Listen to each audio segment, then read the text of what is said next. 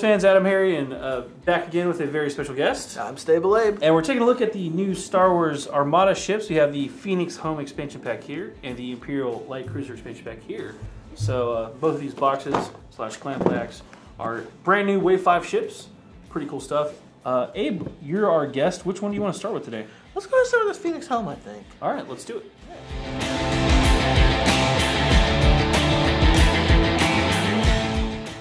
All right, we just got the plastic wrap off of the Home 1 expansion. Go ahead and open it on up here. I like the way FFG does this box here. So, yeah, they make good boxes. Yeah, makes it easy to take apart. Except for those clam packs, man.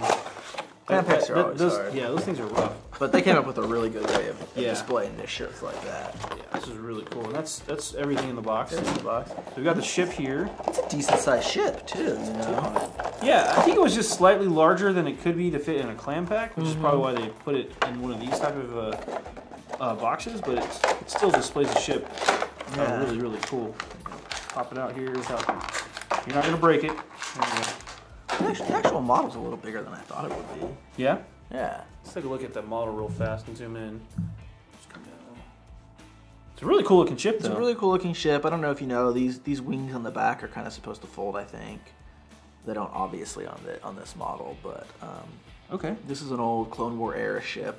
You see it in the Clone Wars cartoons as used as kind of a hospital ship occasionally. Okay. And then they refitted it for Rebel command use. Okay, so just to show it off too, it's got really good line work. You can see there the different color markings on it too. It's got kind of a earthy look to it. Yeah. The kind of a brownish beige and then the tan undercoat too. It looks kind of like an older ship. You know? Yeah. It's got the orange engines versus like the Imperial ones have blue typically. So, and then the front of it too, it's got a couple little armaments on the front too. So. Definitely not going to be a ramming ship, though. No, but it looks like a nice solid ship. You know? Yeah, yeah. It looks a little bit like a CR-90 kind of, but not quite. Yeah, cool looking ship. Put that down for now, and we'll pop back out. And let's take a look at what we get inside the box here. So we just have our component list. Dave, if you want to open that up or dig through. This just goes over any kind of new rules. It's got the upgrade icon, is named Fleet Command or whatever. So. Nothing too crazy there. We've got our fancy dandy base, which we've seen a million of these before, so I'm just going to pull it out. And, excuse me, it looks like we get 2 command cups. So this looks like this ship's going to probably have 2 commands, is what I'm guessing here. And then, yeah, that's all the base and all the pegs and stuff to do all the fancy dials. Just move that to the side. And the ship to the side. And we've got all of the punch outs. Real quick. So, again, typical stuff. There's the firing arcs if you want to take a look at that. It's a forward-facing ship, and it's got a nice forward fire. There's the shields and all that stuff, and all the command dials. Again, we're getting 2 command dials. Yeah, it's got a nice broad front arc. The rear arc looks pretty normal, and the flank arcs are not. I mean, Rebels are kind of known for their broadsides, right, Abe? Yeah, so this is a very unique ship because most of the Rebel, well, not as unique as it used to be. Most Rebel ships are broadsiders. Sure. This ship fits more in with like the new Liberty class and the old Nebula B in being a frontal attack ship. Kind of point front towards enemy. And it's definitely, at least some versions of it are a little more. Yeah, this is the sit back command ship version, and then this is the assault ship version. You can kind of see from the different weapon loadouts. Matter of fact, why don't we take a look at those 2 cards? Right here. Let me zoom in too so we can get a good look at them. Alright, so we've got the modified Pelta class command ship on the left and the modified Pelta assault ship on the right there. You can kind of see the big difference there is just the dice. Yeah. The kind of dice they're throwing out here. Their anti-squadron dice are similar, but the assault ship actually has an extra black die, which is nice. Yeah. They're still going to have the same hull across the board and the same tokens, so that's not changed too much. Command's about the same. The command ship obviously has more squadron points. Yeah, it's a standing off squadron ship. Yep, and then 4 engineering. 4 engineering. Compared to the 1 over here. Or the 4 engineering here and 1 squadron here. 1 squadron, yeah. 4 engineering is good. That's a good amount of engineering. I really like. Too. Yeah, they're a little slow, but they're more of a standoff ship. With the assault ship being a little better at close range. Sure. other big difference is you're going to have the new fleet command upgrade on both of them, and then you're getting an offensive retrofit versus a missile/torpedo or ordnance upgrade card. Nice. So this can take assault proton torpedoes, concussion missiles, all some of the more harder hitting. Yeah. Gotcha. So this is definitely a little more harder hitting, but a close range ships. But they both have a different, they both have some red dice. Neither of them are not deadly. Actually, they're both fairly deadly. Both, yeah. Neither one is a slouch in combat. Neither one is a slouch in combat. They're a little weaker than they could be, but they're all in all they're very similar in a lot of ways. They're not to the super quick either. No, their big weakness is they're slow. Yeah. I mean, they're fairly maneuverable. Like, you're gonna get a lot of turns. Yeah. But it's just they top out at speed 2, so it's not super impressive on the back end there. They both can take engine techs to get an extra. That's true. So they they're might not get bad. that. Yeah. Deceptively fast. Yeah. And 56 and 60 points, pretty close points. Not too overpriced. Right. I mean, a typical fleet's what, 400 points. Yeah. So pretty fairly costed, I think. Yeah. You can easily put one in to get the new upgrades that you want on it. Right on. Well, we're gonna cut real fast and we'll take a look at all the cards that come with it as well. So here are all of the cards that come with the Home 1 expansion. Again, it's got some of the new upgrade cards here, the command card upgrades, some other stuff too. And we're going to start with the top row and kind of go through some of the unique people that can come with the ship. So yeah. So you've got the new Rebel Admiral is Commander Sato. He's the Rebel Admiral on Rebels. Rebels, yep. He's really cool. Basically, he's going to let you, when your ships are attacking an enemy ship that's got one of your squadrons nearby, he lets you replace 2 of your dice with new dice of any color. Oh, okay. So what the big thing this is going to let you do is take long-range red dice attacks against an enemy ship near one of your squadron and swap those out for black dice so you can trigger your black dice critical effects. Okay. But he lets you have some flexibility with your dice, which is really cool. He's a very specialized commander, I would say. Yeah, he's the big admiral for the whole fleet, so you only have to pick one of him. You only have to pick one of him, and you're going to have to build a fleet that really takes advantage of that has a good amount of squadrons, and is probably based around switching red dice for black dice to get long-range crit effects. Right on. But he's the first person we've ever seen that lets you make a long-range missile attack, which is pretty amazing. And next up is the Home 1 title card there. The Phoenix Home? Oh, sorry, I can't. Home 1's the other big ship. Home 1's the MC. I've been saying That's Phoenix Home the whole time. Yeah, so okay. Rebels do like using Home in the name of their flagships. Phoenix Home. Sorry, folks watching. It's Phoenix Home. Yeah. I can read. All right. So it's really cool. Phoenix Home is a 3-point title card. It's the only title card in this set. And the set is named after it, of course. And it does 2 big effects. The first one is that it lets you take an extra officer card on your ship, so you can now have 2, which lets you get some cool little abilities. Which can set off some weird combos. Yeah. And it's only going to get better as we get more officer cards, obviously. Right. And then secondly, it lets you have 4 tokens on your ship. Now, normally you can only have a number of tokens equal to your command, which is 2 in the case of the Pelta. Yep. But this lets you get 4, so you can take more tokens. You still can only have 1 token of each type. Yeah. But you can bank a lot more tokens, and the Rebels have a lot of ways of getting tokens, which is actually pretty cool. Yeah. And plays in well with the fleet commands, which use tokens. Right on. Next up is Major Durlin there. He's pretty cool. Basically, you exhaust him when you're being attacked, take 1 less damage. So it's not bad either, because it's not a discard, it's exhaust. So right. It comes back every round. Yeah, so basically every round you're being attacked with him, you can take 1 less damage. It's pretty cool. For 7 points, it seems like a steal. Yeah, you can put him on ship with your Admiral, put him on anything you want, really. He's pretty good. Fighter coordination teams next. After you execute a maneuver, you may select a number of unengaged friendly squadrons up to your squadron value at close medium range. Those squadrons may move up to distance 1. So it's just one of those unique abilities that lets you get your fighters moving faster. Yeah, and I'm pretty sure this came out in the Liberty originally. Yeah, but we've seen it before. But it's a pretty cool one. Then we've got Ahsoka Tano, everyone's favorite, not a Jedi. Not a Jedi, right. Yeah, and she's kind of similar to like a Princess Leia type card. When you activate a friendly ship at distance 1 to 5, you can exhaust her to discard 1 command token from that ship. If you do, it can gain 1 command token of any type.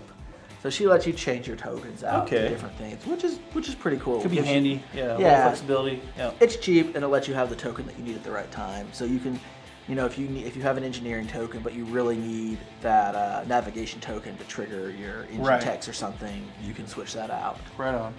Which is pretty cool. And then moving down from her, we've got the entrapment formation. Yeah, so this is one of the new, you've got 3 of them, and they're the new fleet command upgrades. Yeah. Only Rebels get them, so they're kind of the counterpart to the experimental upgrades that the Interdictor got. Right on. And that these affect your entire fleet.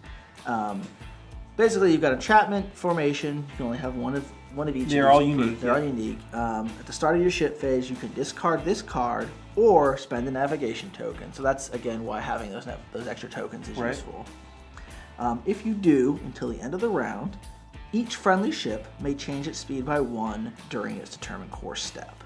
Wow. So it lets you have a little free flexibility in changing the speed of your ships. Yeah. It's pretty cool. Now, next up, you've got all fighters follow me. Again, 5 points. At the start of the ship phase, you can discard this card or spend a squadron token.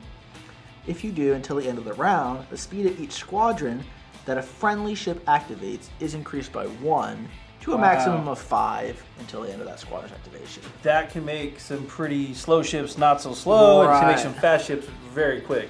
Right. So what you're doing, and I want to say, just note, if you combo this with like fighter coordination team, right?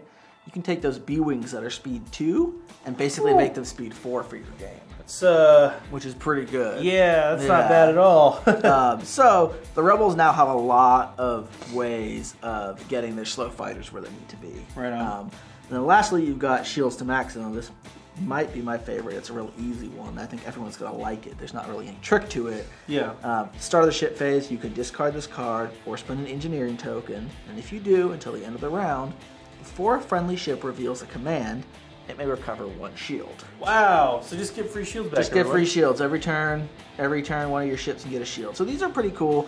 They all activate by spending a token. But if you don't have that token for some reason, which really you should with combinations of like Ashoka and Phoenix Home. Right on. If for some reason you don't, you can always discard the card in an emergency. Yeah. Which if it's turn 4 or 5 and it's getting to the wire, you may want to do that. Yeah. Especially so it's not a bad thing. And then flechette torpedoes we've seen before. Right. Have we seen them before? I thought we've seen them. Maybe I'm thinking of the X-wing one. I think these are a new one. They're an interesting one because they're a torpedo upgrade, but they actually affect your anti-squadron attack, not your ship attack. Yeah, because it's a similar effect. It's a similar effect. Because in X-wing, flechette torpedoes basically give them like stress or something. Mm-hmm. But these will toggle their activation slider to the activated side. So basically, if those squadrons haven't moved yet, you've just locked them in place. Right. Which is kind of mean. And they can't attack. Right. And that's only, you do have to spend a black die with a crit icon, so it's not going to happen on all of those, but it is a pretty nice one for those ships that have a black squadron die, such as obviously the assault class. I think like one of the Raiders has one. And can probably good for the quicker ships that have them. Yeah, so you can get in there and you can neutralize a lot of the enemy. And then this is one of the cards that actually hadn't been spoiled on the Fantasy Flight hadn't put out, and I think this is probably the biggest card of the set. This is a real game changer to me.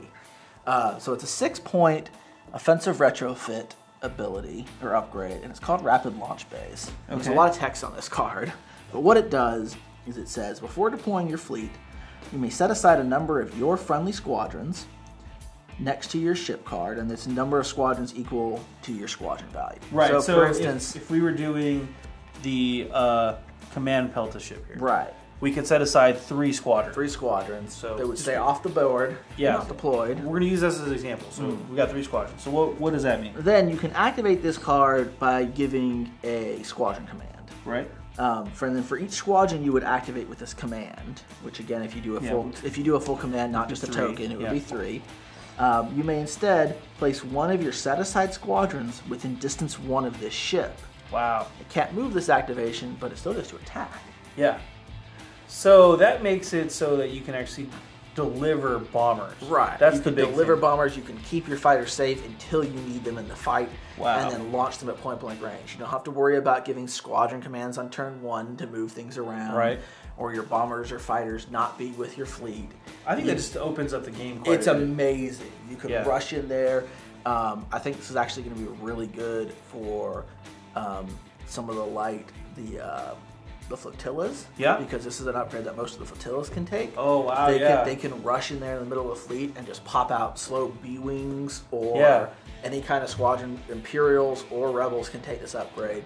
But it's kind of like a grenade. It's like a grenade. It's what we've been wanting. A lot of players have wanted it from day one. Is hey, why can't I launch fighters from my ships? Why do I have to deploy them all on the field? Why can't I launch them later on? Yeah. That's really cool. Yeah. So it's a little. They're probably gonna have to FAQ it because it's not 100% clear if you can only launch the fighters that are set aside by your ship, or if you can kind of launch any fighters that are set aside. I don't know. I'm gonna have this upgrade on multiple ships. That can get a little confusing. Right. Yeah. So I'm gonna assume that you can only launch the ones that you have to kind of assign them to your ship. And then also, I guess if you don't deploy them in time, they're just destroyed.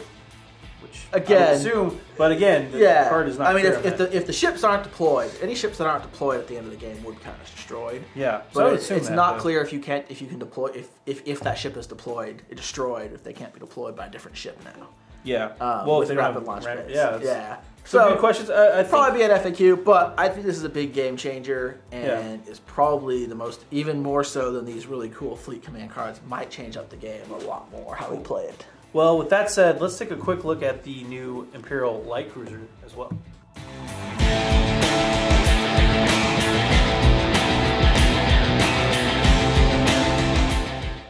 All right, just cut the clam pack open here for the Imperial Light Cruiser. I'm kind of excited about this one too. I think it's one of the cool looking ships. Yeah, it's a really cool kind of play on the kind of dagger head, arrow head. You want to take a crack at those real quick? I'll just keep opening these up. Yeah, it definitely has that same kind of like Imperial ship design philosophy going on, like you said with the dagger head.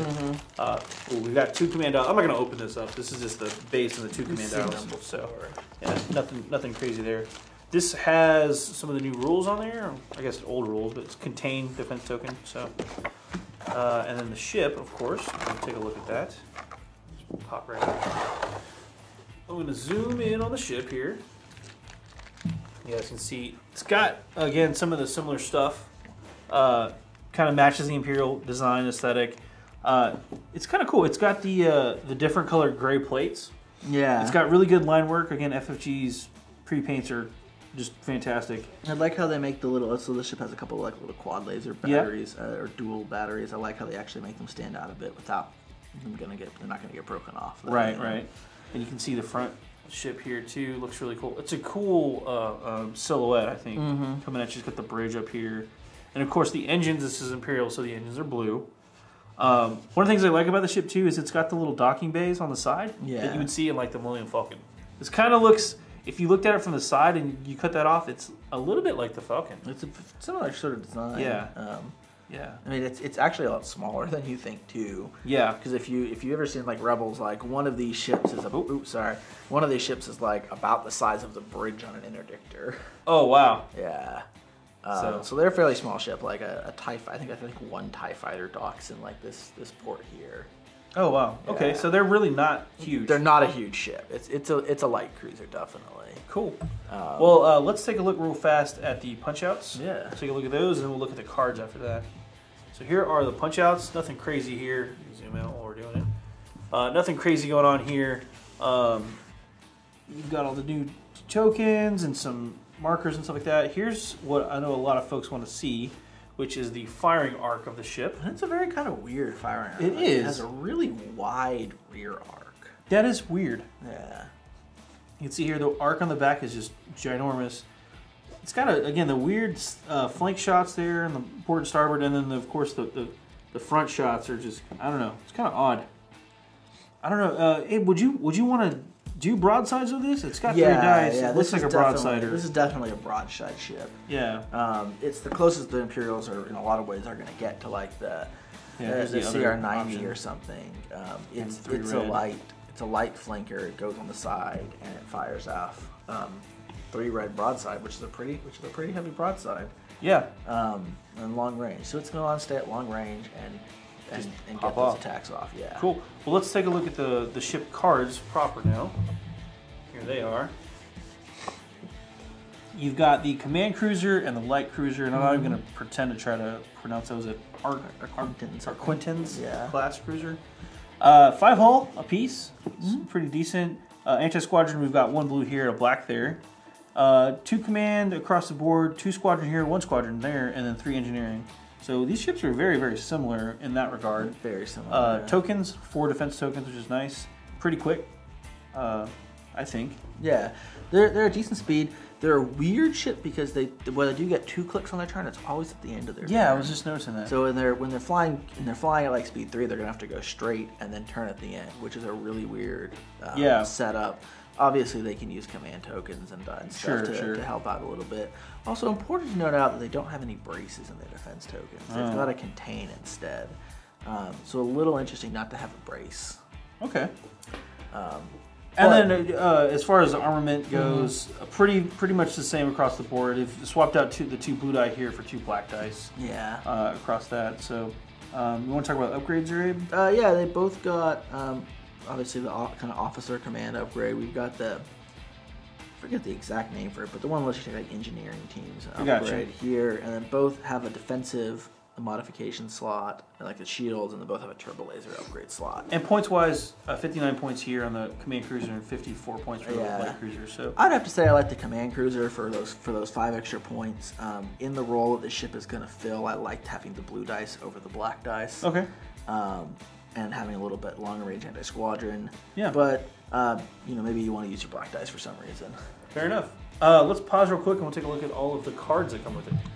So we've got lots of new cards to show off here. Yeah. You want to start with the top row again? Let's start with the top. We've talked about some of these before, but we've got the new Admiral Mark J. Gerard.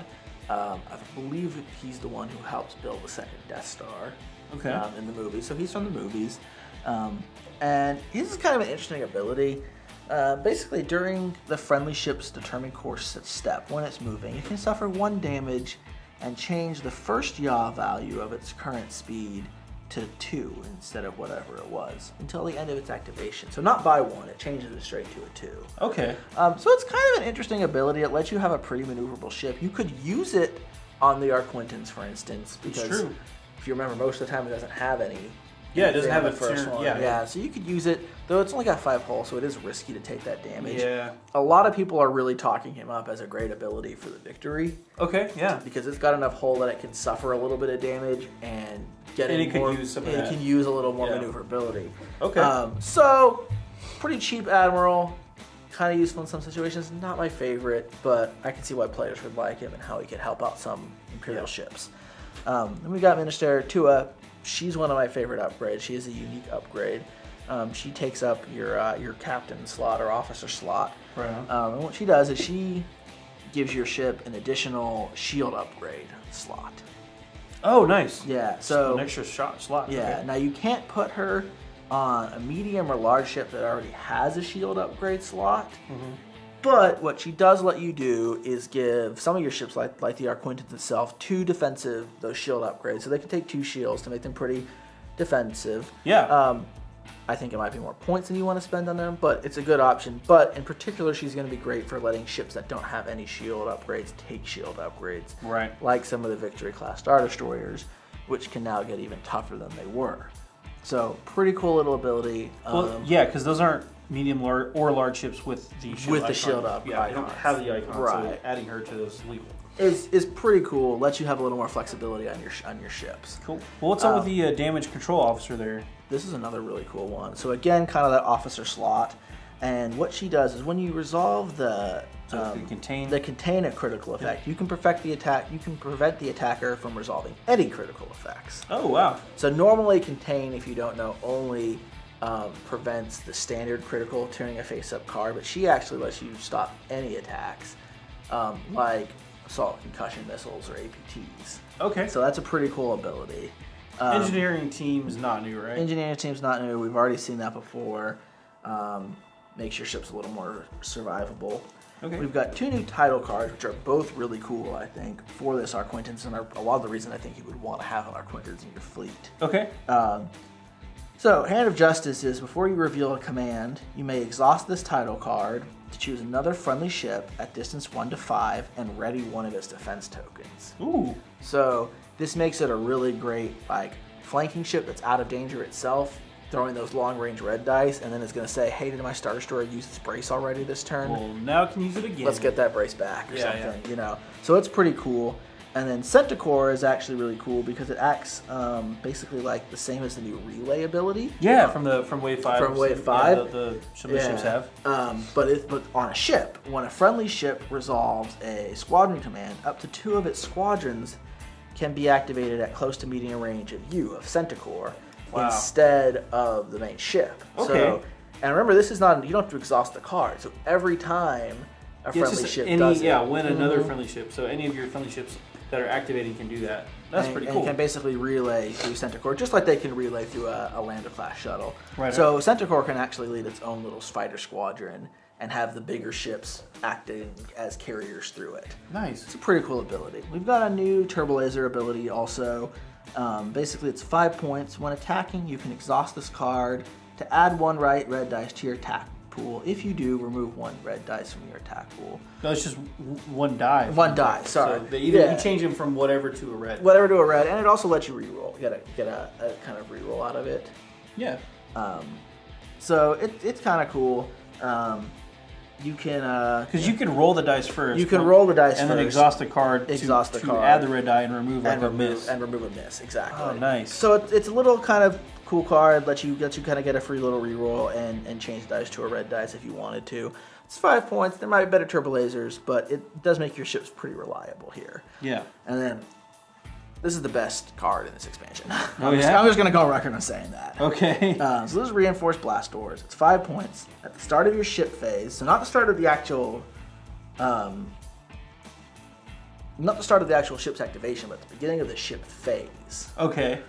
Yeah, I see why now. You can discard this card and then remove up to 3 face down damage cards on your ship. You just don't take the 3 damage. You just heal 3 points of damage basically. Wow, for 5 points. For 5 points, this is going to be one of those shield upgrades. There's a lot of ships that can take this, and I think there's a lot of ships that are going to do this combo. That are going to do this combo, that are going to want this. When giving a big ship 3 extra hull, giving a light ship, you put these on your CR90s and heal 3 of. They're down to 1 hit point. You're suddenly like, I'm back up to full now. Yeah. Get my heal. Get my you like back. that? Yeah. So my hull back. Yeah. This is a really great ability to heal 3 hull. I think you're going to want it. You're going to see this ship card a lot, and you're going to see people buying this pack just to get this card. Right on. It's going to be a lot like the old X-17s were in Wave 1 and 2, where you have people buying Nebulon Beast just for that. Right. You want this card. So, right on. Well, cool. So that was all of the ships we've gone over now. Both of them. We've got the Phoenix Home expansion. My bad. Yep. And the Imperial Light Cruiser expansion here too. Both really cool ships. Both come with some excellent cards. They're in stores now, so go check them out. I'm AdamHarry from BoLS. And I'm StableAbe. Thanks again for watching. Have a good one.